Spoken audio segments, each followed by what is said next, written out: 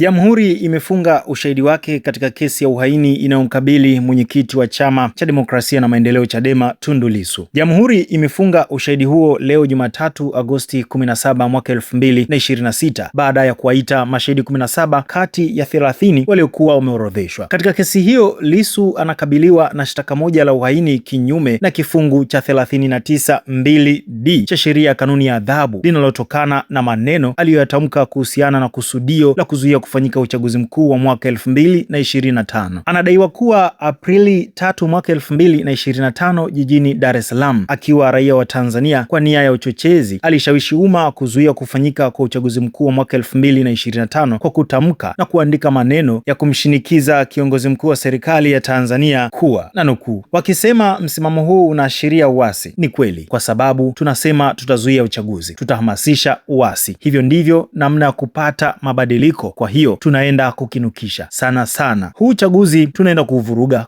kweli, tunaenda kukinukisha vibaya sana, alisema Lissu. Kesi hiyo inasikilizwa na Mahakama Kuu Masjala Ndogo Dar es Salaam, na jopo la majaji watatu linaloongozwa na Jaji Dastan Ndunguru, Jaji James Karaimaha na Ferdinand Kiwonde lilipangwa kuendelea leo kwa ushahidi wa upande wa Jamhuri. Hata hivyo, baada ya kesi kuitwa, Jamhuri kupitia mwendesha mashtaka, wakili wa serikali mkuu Ajuaye Nzengeli, ameieleza mahakama kuwa baada ya kupitia ushahidi uliokwisha wasilishwa na kuangalia ushahidi wa mashahidi waliosalia, wameona ushahidi uliokwisha wasilishwa unajitosheleza, na nukuu, hivyo tunapenda kuitaarifu mahakama hii tukufu kuwa upande wa Jamhuri unafunga ushahidi wake kwa mashahidi 17, amesema wakili Nzengeli. Baada ya Jamhuri kufunga ushahidi wake, sasa kesi imeingia katika hatua ya pili, ambapo pande zote zinawasilisha hoja kuishawishi mahakama kama mshtakiwa kwa ushahidi huo ana kesi ya kujibu au la. Kwa sasa ameanza mshtakiwa Lissu kuwasilisha hoja zake kuishawishi mahakama kuwa upande wa mashtaka umeshindwa kuonesha kuwa kuna kesi ya kumfanya ajitetee, kabla ya upande wa mashtaka kujibu hoja hizo kuionyesha mahakama kuwa inaweza kujenga kesi kiasi cha kumlazimu mshtakiwa kujitetea kabla ya kutoa hukumu.